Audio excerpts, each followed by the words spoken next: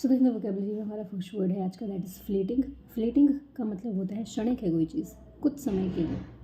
सो हम इसके लिए कह सकते हैं एक तरीके से मोमेंटरी कह सकते हैं, फुगेशियस कह सकते हैं, ट्रांजिएंट कह सकते हैं, प्रोटेम कह सकते हैं, एडहॉक कह सकते हैं, शॉर्ट टर्म कह सकते हैं, एफीमेरल कह सकते हैं, एंड यस ऑफ कोर्स फुगेशियस भी कह सकते हैं। How can I forget this word. हमारा नेक्स्ट वर्ड है आज का, that is sanction. It is a very nice word इस बार। सैंक्शन जब नाउन की तरह काम करता है तो इसका मतलब होता है पेनल्टी, पनिशमेंट, प्यूनिटिव एक्शंस या फिर डिसिप्लिनरी एक्शंस कह सकते हैं हम इसके लिए।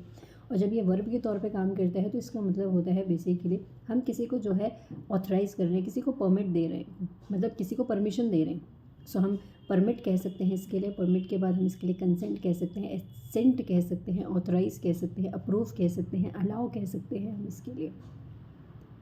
हमारा जो नेक्स्ट वर्ड है आज का, दैट इज़ हेडविंड्स। कई बार क्या होता है कि जब बहुत तेज़ी से हवा चल रही होती है तो हम आगे की तरफ जाते हैं, लेकिन हवा हमें पीछे की तरफ खींचती है।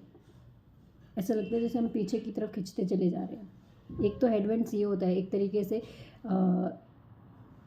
विपरीत तरीके से हवा चलती है, जैसे कि वो नाव वाला एक बोट एंड स्ट्रीम में कॉन्सेप्ट होता है ना, कि जब हम सही डायरेक्शन, हम सीधा चलेंगे, हवा भी उसी डायरेक्शन में चलेगी तो हम आगे की तरफ बढ़ेंगे, है ना, ये होता है डाउन स्ट्रीम। और जब करंट ऑपोजिट की तरफ बहेगी और हम पीछे की तरफ जाएंगे, जैसे कि हम आगे चल रहे हैं लेकिन हम पीछे की तरफ हवा में धकेल रही है तो टाइम ज़्यादा लगेगा, है ना। तो इस तरीके से एक मतलब तो ये होता है हेडविंड्स का। दूसरा मतलब होता है हेडविंड्स का कि आपकी बहुत सारी आपकी लाइफ में इतनी डिफ़िकल्टीज आ रही हैं, इतनी ऐसी बैड कंडीशंस आ रही हैं जिसकी वजह से आपकी प्रोग्रेस इम्पीड हो रही है, इनहिबिट हो रही है। तो एक मतलब ये भी होता है और ये इसका फिगरेटिव मीनिंग होता है, ठीक है।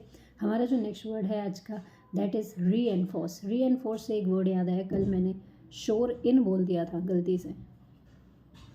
शोर इन नहीं था वो, इट इज़ शोर अप। ओके, शोर अप का मतलब होता है बेसिकली किसी चीज़ को जो है मजबूती प्रदान करना, है ना। री एनफोर्स का मतलब भी यही होता है। सो री एनफोर्स का मतलब क्या हो गया, शोर अप कह सकते हैं, बोल्स्टर कह सकते हैं, कुशन कह सकते हैं, अंडरपिन कह सकते हैं, अंडरग्रिड कह सकते हैं हम इसके लिए बटरेस कह सकते हैं, बोल्स्टर कह सकते हैं, पुश कह सकते हैं, प्रॉप अप कह सकते हैं, कुशन कह सकते हैं। हम इसके लिए बोल सकते हैं एक तरीके से एनकरेज कर रहे हैं, स्टिमुलेट कर रहे हैं हम किसी को। हम और क्या बोल सकते हैं, हम उसको स्ट्रेंथन कर रहे हैं, फोर्टिफाई कर रहे हैं, बोल सकते हैं। हमारा जो नेक्स्ट वर्ड है आज का, दैट इज़ एविडेंट। एविडेंट का मतलब है क्लियर है कोई चीज़, ऑब्वियस है कोई चीज़, क्लियर दिख रही है। सो अपेरेंट कह सकते हैं हम इसके लिए, ऑब्वियस कह सकते हैं, ऑस्टेंसिबल कह सकते हैं, सीमिंग कह सकते हैं हम इसके लिए, क्लियर कट बोल सकते हैं हम इसके लिए, ल्यूसिड कह सकते हैं, पेल्यूसिड कह सकते हैं, लिम्पिड कह सकते हैं, हाँ ट्रांसपेरेंट कह सकते हैं, एक्सप्लिसिट कह सकते हैं। फिर हम जिन चीज़ों को देख पा रहे हैं, परसेप्टेबल कह सकते हैं, परसीवेबल कह सकते हैं, हम डिसर्नेबल कह सकते हैं इसके लिए, विजिबल कह सकते हैं, टेंजिबल कह सकते हैं, पैल्पेबल कह सकते हैं हम इसके लिए, ट्रांसपेरेंट भी बोल सकते हैं अगर मैंने नहीं बोला है तो। हमारा जो नेक्स्ट वर्ड है आज का, that is undermine.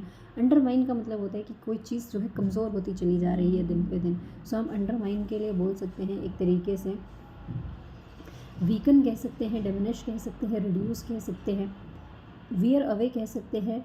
Wear away के बाद हम फेड अवे कह सकते हैं, धीरे धीरे ख़त्म होती जा रही है। एब कह सकते हैं, ड्विंडल कह सकते हैं, अटेनुएट कह सकते हैं हम इसके लिए, डाइल्यूट कह सकते हैं हम इसके लिए, फिर डिटेरियोरेट कह सकते हैं, स्पॉइल भी कह सकते हैं, डैमेज कह सकते हैं, क्रिपल कह सकते हैं। और हम किसी चीज़ को विशिएट कर रहे हैं। एल्बिट विशिएट का एक मतलब ये भी होता है to make something less effective. So हम विशिएट भी कह सकते हैं हम इसके लिए, टार्निश भी कह सकते हैं कि हम किसी चीज़ को ख़राब करने की कोशिश कर रहे हैं तो हम उसके लिए टार्निश भी कह सकते हैं। हमारा नेक्स्ट वर्ड है आज का, दैट इज़ स्क्यूड। स्क्यूड का मतलब होता है बेसिकली एक तरीके से कोई चीज़ झुकी हुई है। जैसे तराजू होता है तो एक चीज़ अगर हमने तराजू पे कुछ रख दिया है तो एक पलड़ा ऊपर चला जाएगा और एक नीचे आ जाएगा, है ना। स्क्यूड का मतलब होता है एक तरीके से आपका झुकाव है किसी चीज़ के प्रति। सो हम इसके लिए जो इसका लिटरल मीनिंग होगा वो टिल्टेड होगा, स्लैंटेड होगा, और इसका जो फिगरेटिव मीनिंग होगा वो होगा बायस, प्रेजुडिस। स्क्यूड के लिए हम बोल सकते हैं कि